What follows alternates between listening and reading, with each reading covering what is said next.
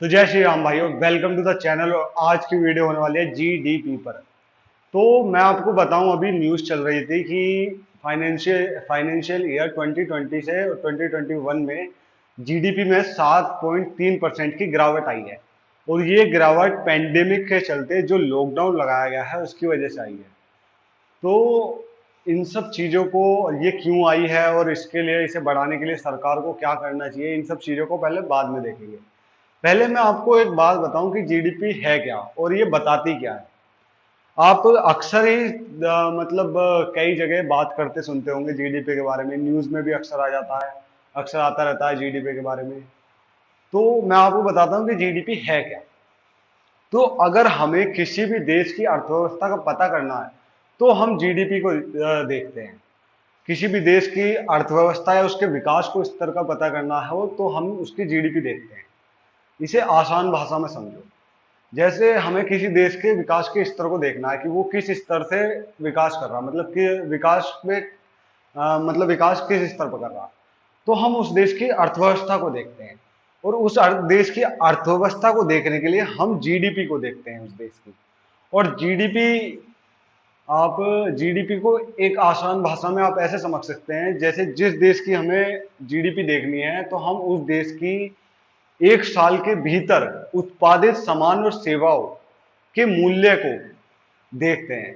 मतलब किसी देश में एक साल के भीतर जो भी सामान और सेवाओं, मतलब गुड एंड सर्विसेज जो कि उत्पादित हो रही हैं, उनके मूल्य को ही जीडीपी कहते हैं। अगर वो मूल्य अधिक होता है तो अच्छी जीडीपी होती है, और अगर वो कम होता है तो जीडीपी कमजोर होती है। तो अगर जीडीपी अच्छी होती है तो अर्थव्यवस्था मजबूत होती है, और अगर जीडीपी कम होती है तो अर्थव्यवस्था कमजोर होती है। तो अर्थव्यवस्था को देखने के लिए जीडीपी एक मेजर रोल प्ले करती है।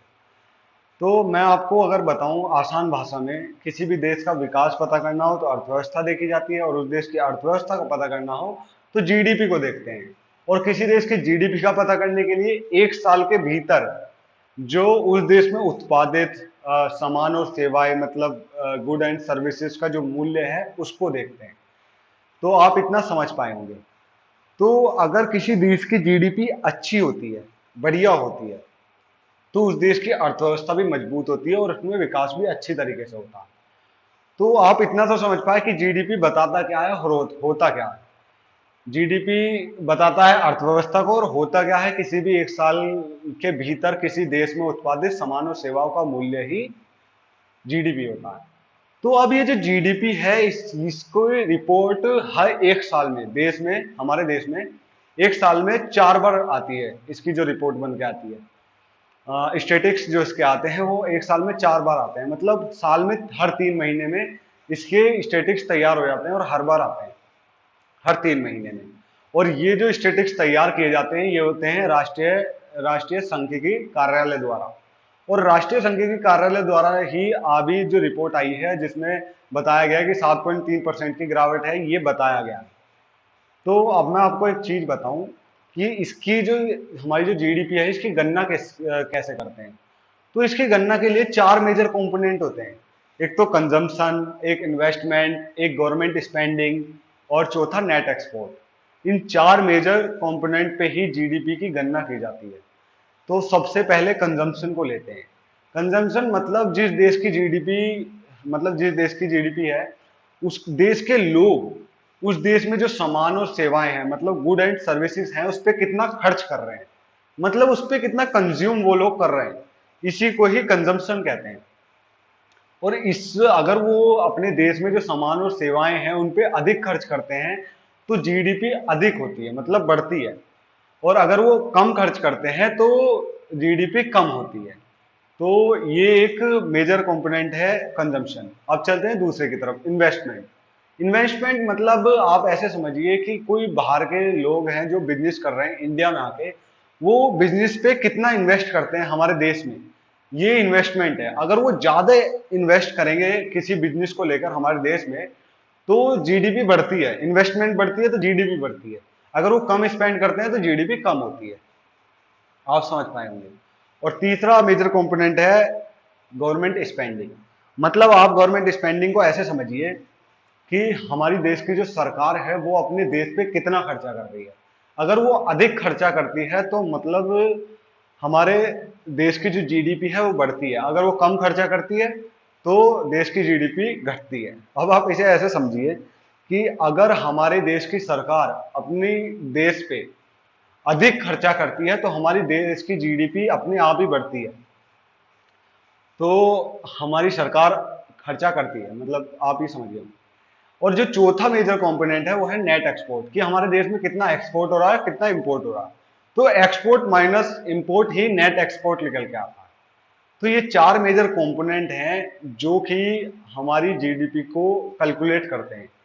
इन चार मेजर कंपोनेंट से ही जीडीपी कैलकुलेट होती है। अब मैं आपको एक बात बताऊं कि जो अभी रिपोर्ट आई है राष्ट्रीय राष्ट्रीय सांख्यिकी कार्यालय द्वारा, उसमें बताया गया है कि फाइनेंशियल ईयर 2020 से लेकर 2021 तक 7.3% की गिरावट आई है। तो ये जो गिरावट आई है, ये जो सबसे मेजर कंपोनेंट है, जो मतलब कंजम्पशन है, उसकी वजह से ज्यादा गिरावट आई है। क्योंकि जो ये पेंडेमिक थी जिसकी वजह से लॉकडाउन लगाया गया, इस पेंडेमिक की वजह से कई लोगों के रोजगार छिन गए, मतलब अनएम्प्लॉयड हो गए, कईयों की तनख्वाह कम हो गई, जिस कारण की वजह से लोगों के पास पैसा नहीं बचा। और पैसा नहीं था तो वो उसी कारण अपने जो देश में जो गुड एंड सर्विसेज हैं उन पे ज्यादा खर्च नहीं कर पाए, उन्हें ज्यादा कंज्यूम नहीं कर पाए, जिससे कि कंजम्पशन में भारी गिरावट आई। और कंजम्पशन में भारी गिरावट आने की वजह से जीडीपी में भारी गिरावट आई, और इससे ही जीडीपी में बहुत ज्यादा गिरावट देखने को मिली, जो कि 7.3% गिरावट है। तो जो इस पेंडेमिक के चलते है, जो सबसे ज्यादा जिस कंपोनेंट पे फर्क पड़ा वो है कंजम्पशन। और ये आप मतलब आप समझ पाए होंगे, जब देश में लोगों के पास पैसा नहीं था वो ज्यादा कंज्यूम नहीं कर पाए, इसी वजह से इस पे ज्यादा फर्क पड़ा। तो अब चलते हैं कि ये सरकार, ये तो गिरावट तो आ गई, लेकिन इस सरकार जो है इस जो जीडीपी को है वो कैसे बढ़ा सकती है। तो हमारा जो मेजर कंपोनेंट है जीडीपी के, उसमें एक है गवर्नमेंट स्पेंडिंग। गवर्नमेंट स्पेंडिंग मतलब गवर्नमेंट मतलब सरकार अपने देश पे कितना खर्च कर रही है, कितना किस अपने देश पे कितना खर्च कर रही है। अगर वो अधिक खर्च करती है तो गवर्नमेंट स्पेंडिंग बढ़ती है, जिससे जीडीपी बढ़ती है। तो सरकार को अगर जीडीपी बढ़ानी है तो उसे गवर्नमेंट स्पेंडिंग बढ़ानी पड़ेगी। और अगर उसे गवर्नमेंट स्पेंडिंग बढ़ानी है तो इस तरीके से बढ़ानी पड़ेगी कि मतलब उसे कुछ ऐसी योजनाएं चलानी पड़ेंगी सरकार को, जिससे कि लोगों तक पैसा पहुंचे, लोगों तक पैसा जाए, जिससे कि वो सामान और सेवाओं पर, जिससे कि लोगों के पास जब पैसा होगा तो वो सामान और सेवाओं पर कंज्यूम कर सके, उन पर खर्च कर सके, और जिससे कि जीडीपी में बढ़ोतरी हो सके। तो सरकार को ऐसी योजना चलानी पड़ेगी और खर्च भी करना पड़ेगा, जिससे कि लोगों तक पैसा पहुंचे और लोग आगे उस पैसे को खर्च कर सकें और जिससे जीडीपी बढ़ सके। तो आप ये समझ पाए होंगे कि जीडीपी क्या होती है और क्यों इसमें कमी आई और किस वजह से इसे बढ़ाया जा सकता है। तो चलिए इस वीडियो को यहीं समाप्त करते हैं, और अगर अच्छी लगी हो तो बताना। Thank you very much. Okay, जय श्री राम।